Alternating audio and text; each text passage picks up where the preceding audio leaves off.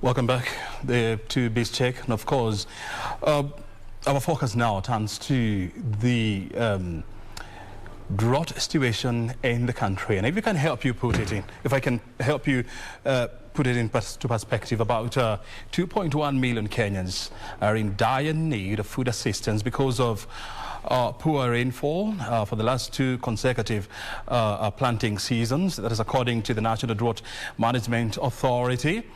And the government has sent out an appeal of about 2 billion shillings, to help deal with this kind of a crisis. But back now into the studio, I'm joined by 3 experts to help us understand how better can we handle the situation at hand. Because 3 years down the line, we'll continue to talk about drought, because drought is cyclical. Even in developed economies right now, the United States and of course in the state of California and Nevada, they're also battling with a huge crisis of drought. But you see, there's drought and there's also food insecurity. So where do you draw the line between these? That's why we have some experts in the studio to help us put all these things into question. We have Weru. He's the chair or the chief executive officer of Association of Kenya Feed Manufacturers. He is on my extreme left. Thank you very much indeed. I mean, extreme right. Thank you very much indeed, Weru, for finding time to be with us. And of course, next to him is Peter Abwao. He's the communications manager at Red Cross Kenya. Thank you very much, Peter, as well. And on my immediate right is Mercy Munene. She's the chief executive officer of Shamba Connect. Asante sana for finding time to be with us here. First of all, when people are talking about hunger, what comes into mind are the people in the rural areas. What we do not realize is that you have hundreds or thousands of folks in the urban centers who, yes, they live in nice houses, but they don't have access to food. How bad is urban hunger in Kenya? That's true. According to FAO, food security involves access and also is the food enough? Is the food accessible? Is it enough? Is it nutritious for the populace? For you to say that now the population has food security. So you find that in the urban areas, yes, we have food. We access maize flour, we access vegetables, but what does it have inside? You find that you're actually just eating empty calories, that at the end of the day, if we're not able to feed our children with the right nutrients, then we're setting them up for failure in future. Failure in future? Yes. We'll be discussing that failure in future. Let's talk to Weru, the Chief Executive Officer of Association of Kenya Feed Manufacturers. You are telling me that about 20 feed manufacturers have halted the production because of lack of material. Yes. Is that how bad the situation is on the ground? Yeah, thank you. That's the situation in terms of access to raw materials. And I wish to demystify, most of the people think that animal feeds is about maize and wheat. That is just an energy component. What is lacking in the country is more of the protein aspect, which is very important. By the way, animal feeds is more like human feed. It must have the 3 components. So we already have the energy component. That's the wheat and maize or rice. Those ones are there. But the protein component, that is either soya, we have cotton, or we have soya, we have sunflower, we have fish bone, fish bone, or maize, or not maize. Or we have those. The protein aspect is not readily available in Kenya. So what has happened is that farmers are not. The prices has gone up, so farmers are not able to buy the feed as a supplement to what they are providing with the animals. And when you say now about the aspect of drought, as much as it affects the human aspect, it also hits a lot of the livestock sector. So now farmers are unable to get the animal feeds, and on the other side they are being hit by the drought. So it's a catch-22.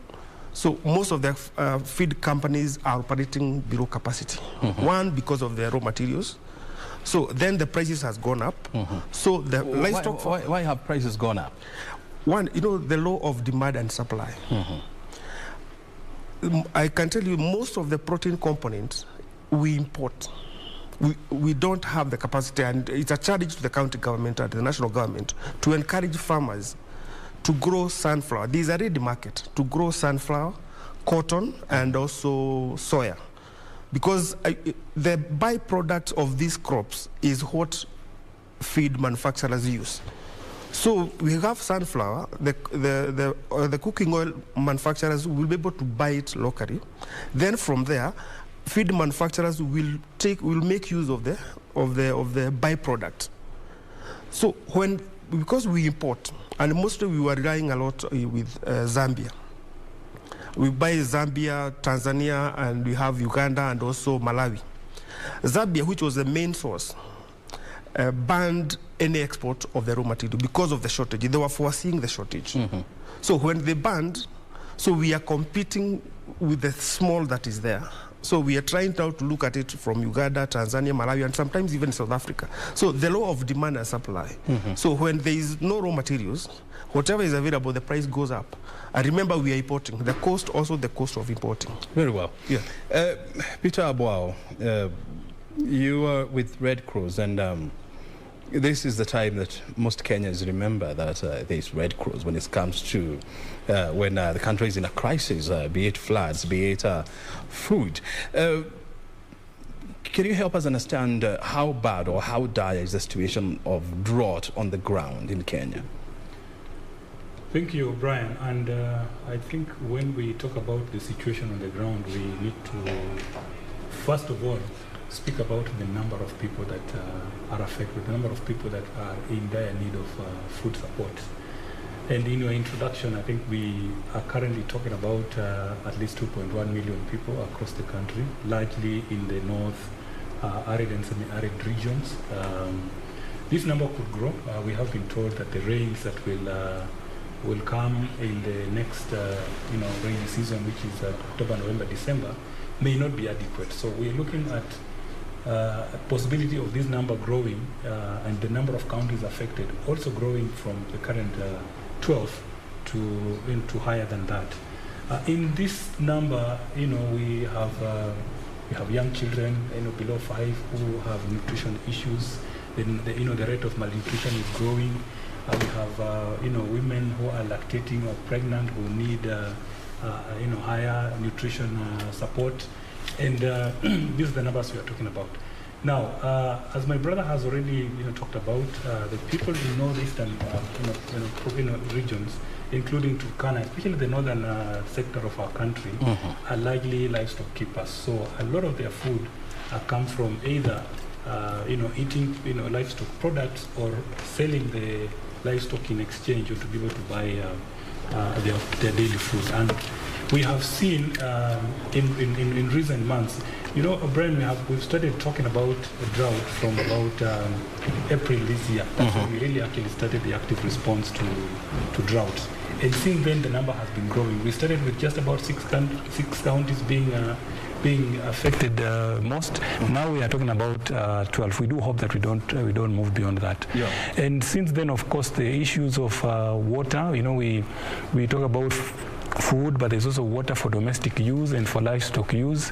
The wells and the water pans that people depend on have progressively been drying, increasing the distances that people then have to walk to fetch water. Then there's issues of security come in as people try to compete for these scarce resources. So that is essentially where we are. In recent months, we have seen an increase in the deaths of now these cattle and the livestock.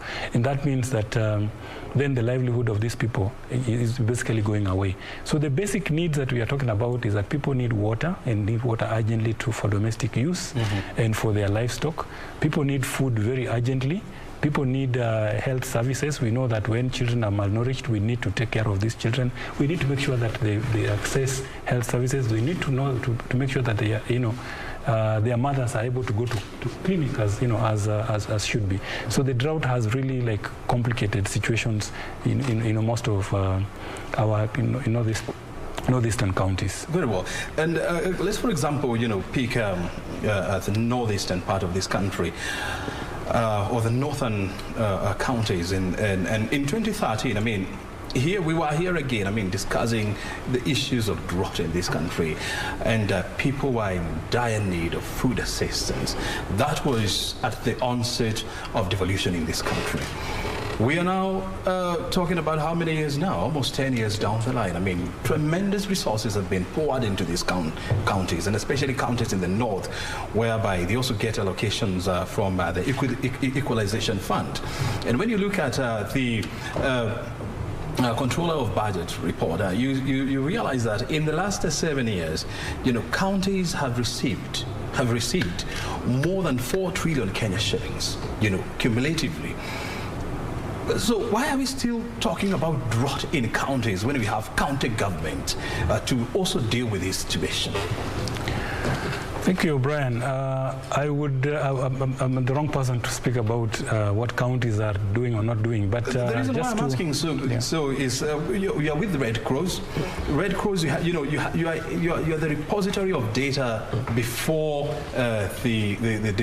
before county governments came into force, and now you're also on the ground, tracking the situation. So you will be in a situation to help the country understand whether these counties are better than they were before devolution, or anything has changed on the ground, really.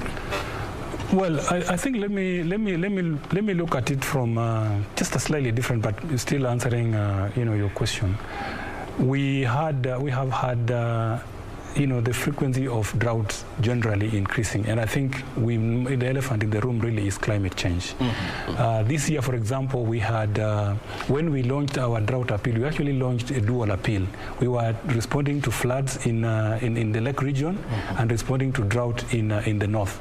So we realized that in one part of the country we are experiencing floods, and the other part we are experiencing droughts. So that is the situation that we are dealing with currently. The frequency of these floods has increased. We used to have them 10 years, then it came to 5 years, and now we are doing it 2 years, because we had drought in those counties in 2017, mm-hmm. and now we in 2017. 2019 it was not so intense, but we already have serious drought currently. So climate change has been an issue. Mm-hmm. As to whether things have changed significantly, maybe we can look at what the county governments themselves have been doing. I think we really have to appreciate that many of these county governments have involved in some response. We know that, for example, we work with Marsabit.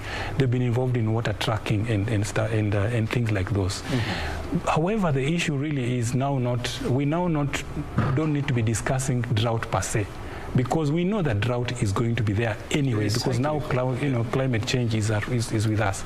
But how do we then prepare to minimize the impact of this drought on the people? How do we then put in place measures and make sure that we at least enhance our food security, we are able to provide water sustainably, and reduce the negative effects that we are seeing today? And that is where the conversation actually is at the government level. Mm-hmm. We interact, we do this jointly with the county governments in place. Mm-hmm. So these are the discussions that we are having. How can we best prepare to make sure that people do not suffer so much when drought comes, because we already know that it's going to come. I'm going to ask you what measures have been put in place, in that regard, but I can see Weru wants to interject.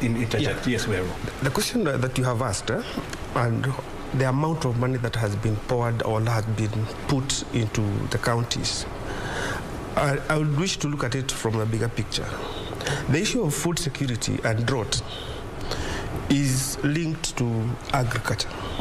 It's all about agriculture. Mm-hmm. But remember, agriculture is a devolved function. Yes.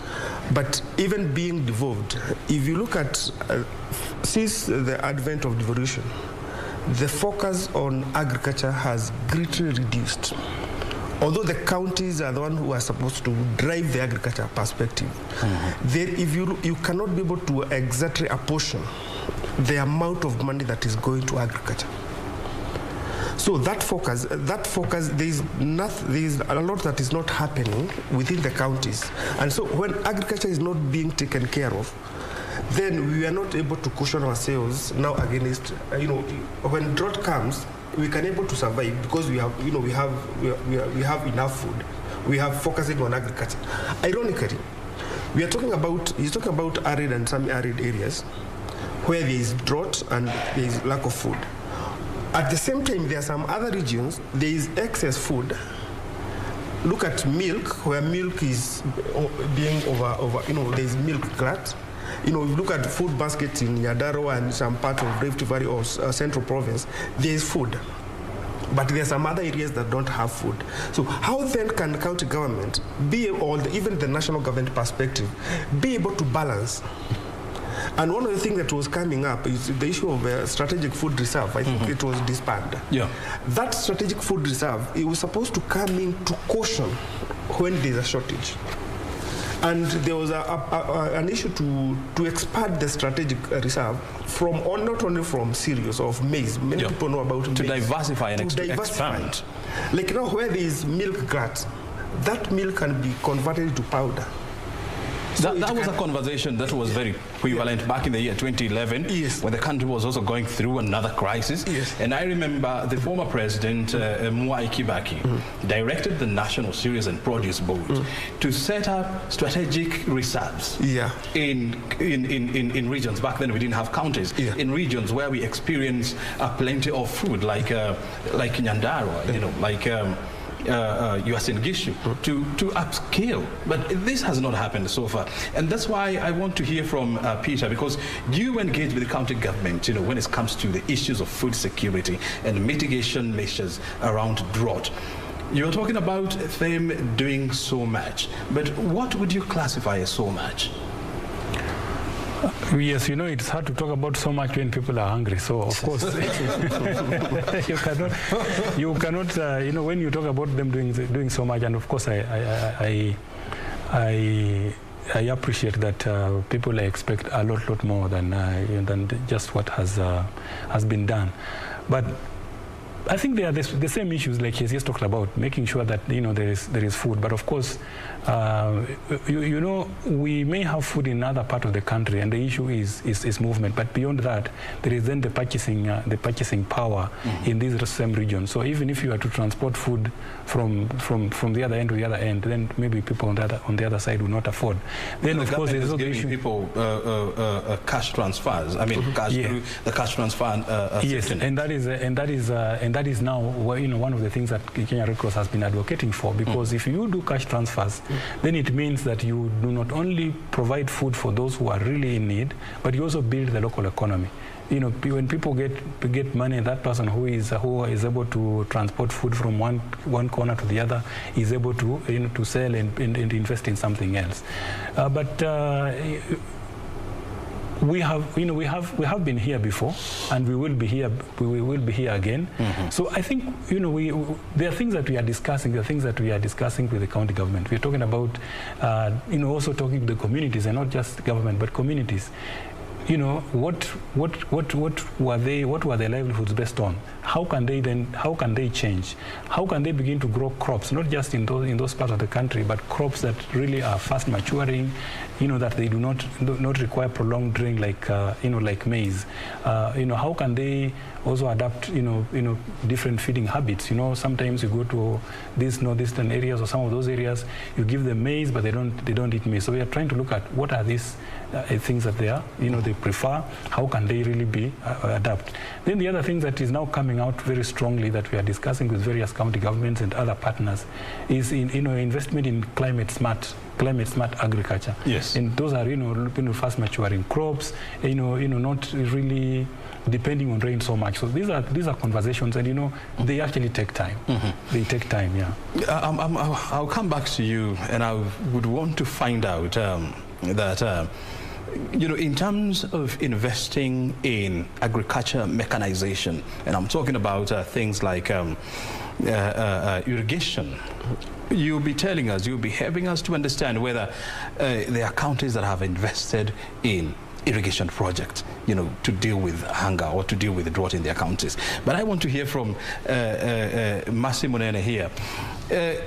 Masi, when you hear us talking about drought day in, day out, food insecurity day in, day out, how does that make you feel?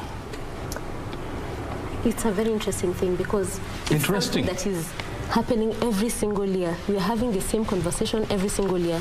Every single year you'll have this, these appeals from the such organizations that will be asking for food, and yet is there a way that we can mitigate it? Because now we know that the drought will be there almost every year. And now we know that if we keep depending on the rain for our farming, are we able to sustain it? Like currently, if you look at the central region, their potatoes, a sack goes for 600 shillings. 3 months from now, it will be 3,000 shillings. I mean, right now, and people are still hungry. So basically, how much have you used to even do that farming for the 600 shillings? At the end of the day, does it really make sense? I look at it as, should we make it more sustainable? Do we have to depend on rain? Can we use the climate smart systems that are in place? Other countries are doing that. If you look at Israel, if you look at South Africa, they are not depending on rain for them to be able to farm. They are able to even export food to people like us who already have enough arable land. So I look at it as a multidisciplinary, something that we need to look at it from different aspects, and we all need to put our heads together and see how we can forge forward. And I think I'm happy that there are things that are already being put in place that are going to help us mitigate that. Yeah. Weru, you see, when you look at the livestock sector in this country, it's worth almost 80 billion shillings. You know, so it's a significant contributor to Kenya's GDP. How impacted is this sector by the raging drought? It is significant. It's a large percentage. Because if you look at both from dairy, look at the dairy sector, we also have the pig, we have the poultry, and also we have the beef sector. And as you have said, the arid and semi-arid areas where a percentage of the beef sector comes in, that is clearly very much affected. If you get to the dairy sector, it also takes the same angle. Milk production is dependent on feeding.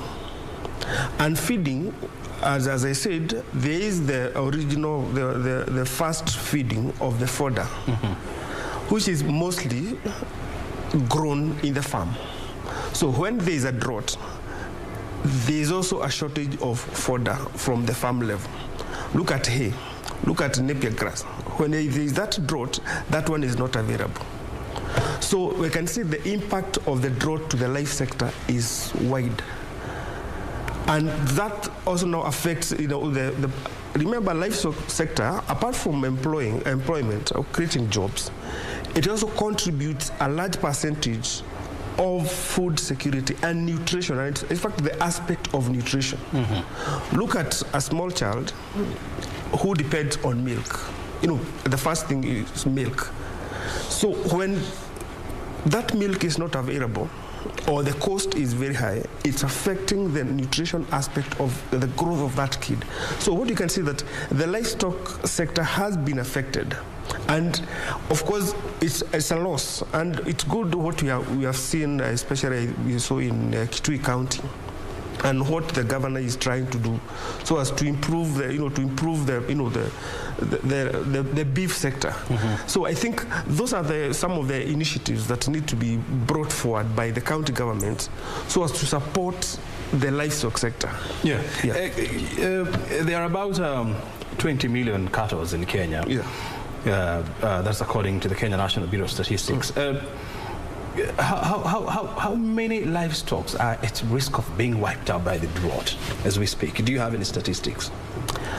I may not have the concrete statistics, But if you look at it from if you look at the regions, the regions that are highly impacted by the drought, subsequently, those are the areas that will also be affected. The livestock will be wiped out. They might not be wiped out completely, but what happens is that the quality of the livestock goes down. I think we haven't gone to an extent where we used to see animals dying. So I think they are dying, definitely. Yeah. We have reached there. Oh yeah, we've been there. That now is the most worrying aspect. Let's hear from Peter Abwao, because he's on the ground. Peter Abwao, first of all, we are seeing pictures, and videos of cattle, sheep and goats, dying, in large scale. How is that how bad the situation is in those counties? Yes, animals have started dying. I think when I started, I said that from around the beginning of September, some of the pictures that we are seeing from Isiolo, from Garissa, from Samburu are now of dying animals, and this and actually this is what has really now prompted the declaration of that disaster. Because when we visited these places, and as he says about milk, you find a family where the man and the boy children have gone away for months, looking in search of pasture and water, leaving the women and the young girls without milk, because they depend on milk, without food. And these are the people, the scenes that we see. So for now, the threat of animals, and as he says, you see those ASAL counties, you're talking about Samburu, Turkana, you're talking about Baringo, Marsabit, Mandera, Wajir, those are the counties, including where we have the recent skirmishes of Laikipia. Those are the counties that have about 70% of the livestock. You see counties like Kiambu and the rest, they practice more of zero grazing. And then the volume of cattle there is not as high as those counties. So that is why if something is not done urgently, then a big percentage of our livestock is going to... Yeah. We are back here in the studio, and of course we'll be crisscrossing many parts of this country to see exactly how bad the situation is on the ground. But back here in studio, our conversation is around food security and drought in this country. We are joined by Peter Abwao, he's the communications manager at Red Cross, and Mercy Munene, CEO of Shamba Connect, as well as Anthony Weru, who is the CEO of Association of Kenya feed manufacturers. Before we went for the break, I mean, you're telling us how badly affected, is the livestock in these counties. So what mitigation measures have been put in place to ensure that yes, we do not the farmers in those counties, they do not lose their entire herd to this drought? Yeah, so for Red Cross, I think primarily we have been focused on human lives. On human lives. One of our biggest mandate is of course alleviating human suffering.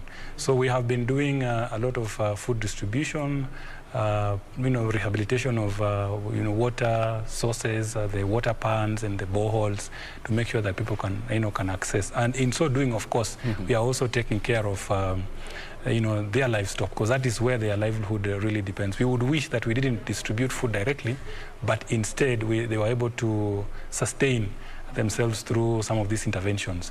So jointly, of course, with several county governments, we have been doing water tracking, but also providing water tokens. Water tokens is where you have some of these private water vendors, but then you give the community tokens if they want to to get water for their own use and for their animals. Then they go there and then they redeem those tokens. These are some of the things that we've been engaged in, at least to save animals. The other programs that we could explore going forward, including supporting communities to destock. When the animals get emaciated like this, then the prices are going to be very low. There are times when a cow that would fetch 20,000-30,000 would be sold off for 200 shillings. We don't want farmers, or at least these herders, to get to that level. So those are some of the programs that we will continue to explore going forward as the drought continues to unfold.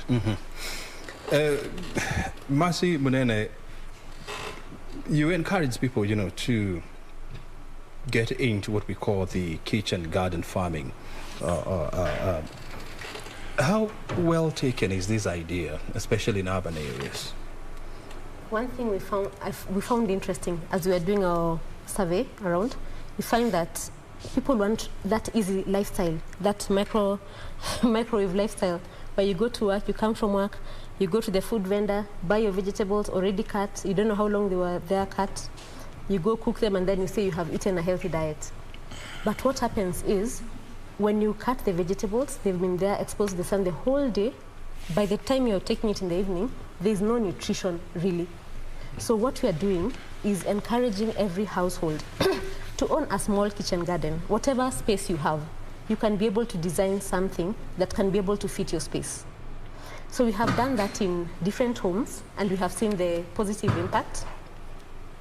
We have done that in institutions, and it has been very encouraging to see, for example, like some hospitals that we have worked with, that lactating women and expectant women having their blood levels go up in a matter of months since we started that program. So what we do is we install gardens for them. So when they come for their clinics, they're able to access the vegetables.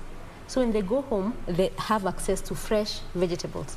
So you monitor their levels of blood, their HB levels, at the start and at the end of a certain period of time. And you see the increase, and you see the difference has been that people are not aware that you need to take vegetables when they are not fully cooked, and also that they need to be in a situation where they're not exposed to environmental factors.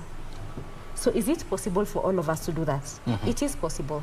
In apartments, we have gone to a few places, and those are some of the programs that we are rolling out in different institutions, in homes, in hospitals, and such other places. According to Food and Agriculture, organization, they are saying that, urban farming has the potential to deal with food insecurity in countries.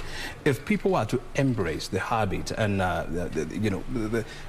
the culture of urban farming, whereby you don't have to have 10 acres, to be a farmer. You can just take advantage of the small backyard garden that you have, and plant some few crops here and there. So how widespread is this concept, especially here in Kenya? I'm really happy. I mean, with the pandemic, when we were forced to go back home, to work from home, to have our schools at home, people started embracing that, because you realize that the income that is coming home is much less. Your children are here. What do we do with them? At the end of the day, they need food. So one of the things that came up is that whole aspect of kitchen gardening.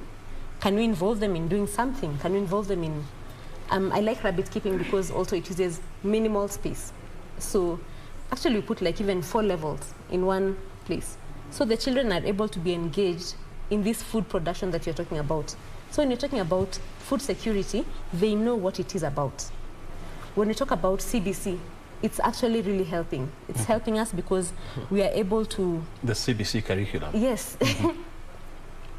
Children now understand where food comes from, what nutrition is, and I think it's a step in the right direction. I'm looking forward to having these 4K clubs being, revived in all schools. Yeah. But currently, it is a solution in the right direction. Very well. Anthony, do we have enough fodder in this country as we stand now? Water? Fodder, I mean food for... Yeah, fodder. We don't have, and as I've said, most of the fodder is gotten from farming, from the land.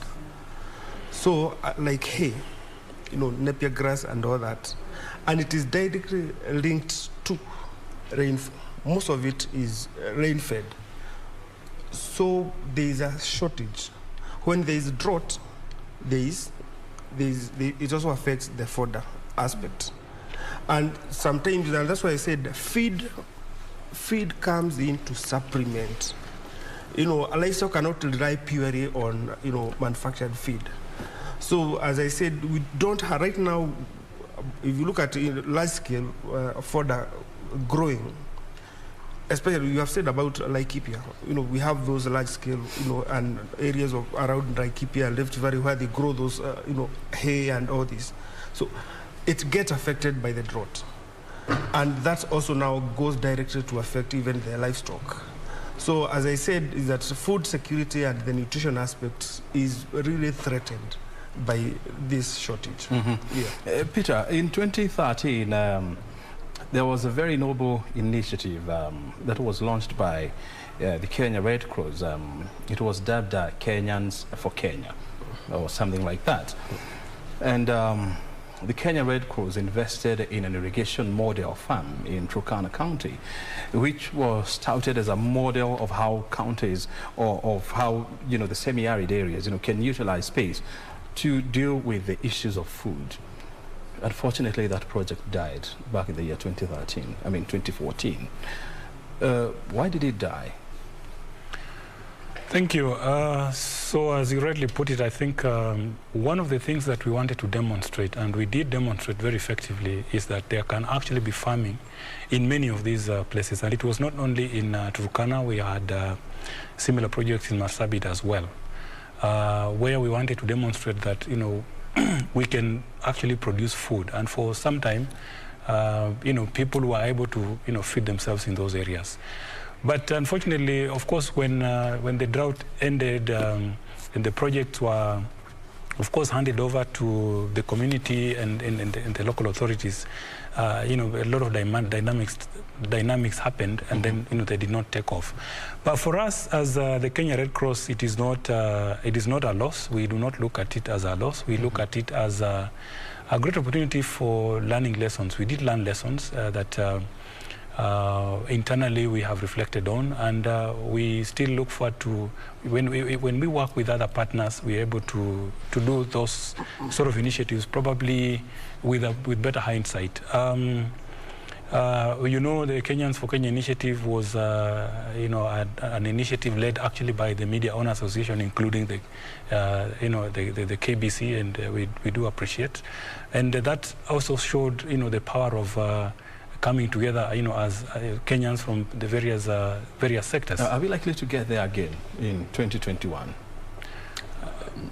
There, in terms of calling fundraising to feed our very own. Look, already fundraising is ongoing. The unfortunate thing is that I think many Kenyans are used to the Red Cross will come out and provide a pay bill or bring. But you see, already the president has already declared a disaster. But even before that, at Red Cross we have people who are ever contributing. Our pay bill is always, ready to receive.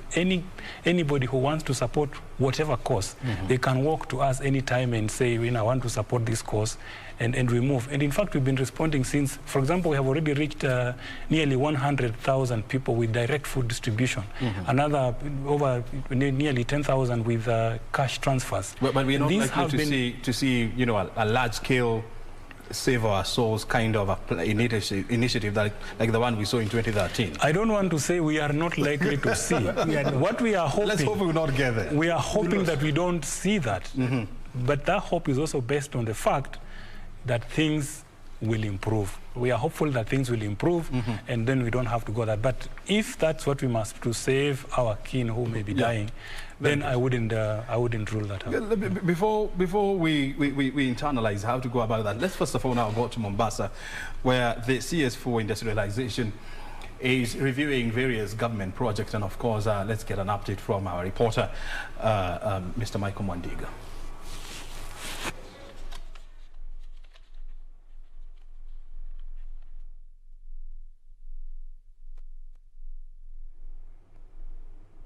Mwandiga, are you there? Very well. I mean, we'll try to get Mwandiga on board so that we can also get to hear from the CS for Industrialization, Madam Betty Minor. But, we are talking about, the model farm, and why do you think the farm failed? Well, it was a pilot project, and a pilot project is supposed to either succeed or fail. But in the process, you learn lessons that will help you, to make improvements in the future. First of all, why do you think it failed? And our county is enthusiastic about, starting this kind of projects. I think the model farm, it is not, I wouldn't put it like the model farm failed. It's the project was not continued. You know, you see, when you do a pilot, your intention is that, you know, somebody with greater resources will be able to scale that, that up to, you know, if the results that you've achieved in the pilot are good enough. So what we have not, what has not been done, and but you know, of course, you know, we have other irrigation projects that have been tried, but what has not been done is probably now for the county governments or other stakeholders, because these things require money.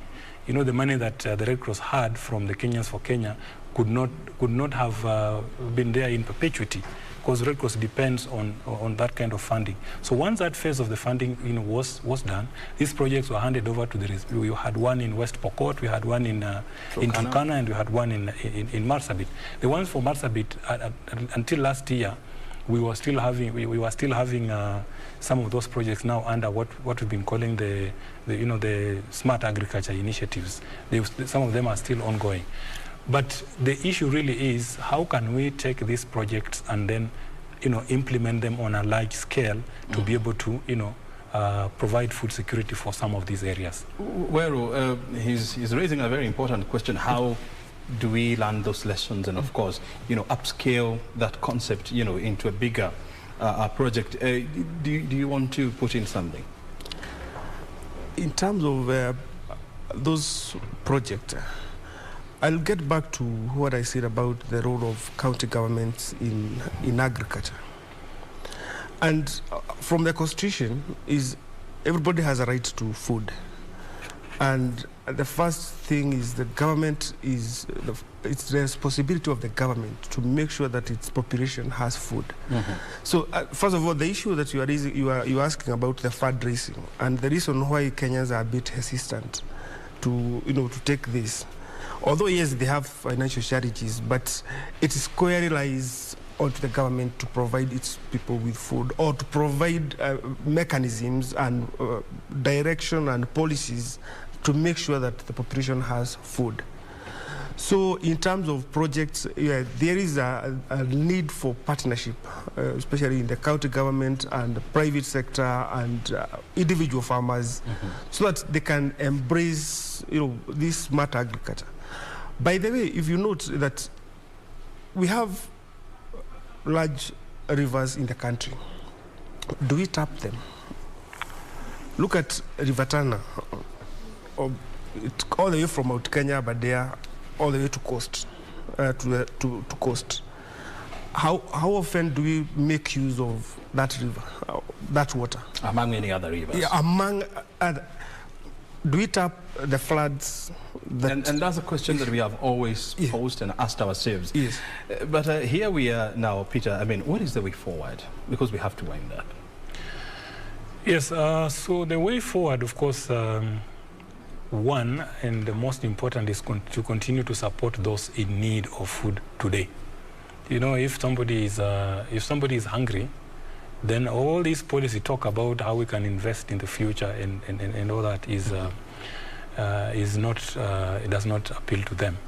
And so what us Red Cross we are doing, we are working with the partners. These partners include the government at the national level, the NDMA.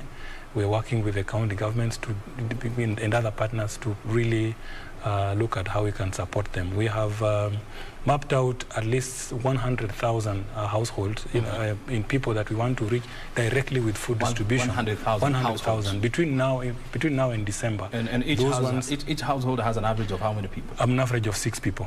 6 people. Yeah. So those are about 600,000. No, we're talking about 100,000 people for the Red Cross alone. But you see, we have other partners also doing that. We have also indicated a number of water points, water boreholes that we need to rehabilitate to at least be able to provide water for these people. We have health interventions ongoing. So for us, first, importantly, is to provide the immediate need that the communities require, and then have this conversation. We continue with, we are not suspending the conversation around what we do into going forward, because the drought will still be here.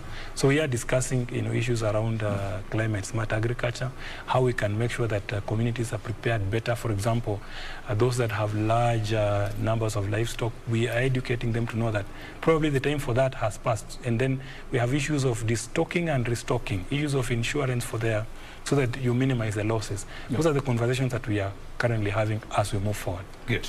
And let's hope the conversation that you're having here there will, of course, help alleviate the suffering of Kenyans wherever they are. Yeah. Asante sana. Weru, Abwao and Monene for finding time to be with us this morning, and of course helping us understand how bad the situation is and the mitigation measures that are needed to deal with this kind of a crisis. Otherwise, your time is highly appreciated. Thank you very much. Of course, we have been discussing the issues of hunger, what the government is doing, what the private sector is doing, and of course the responsibility of citizenry in dealing with this kind of a crisis. This has been Beast Check. We come to the end of the program this morning. Thank you very much for finding time to be with us. Remember, Tamarini is coming up next. Stay right here.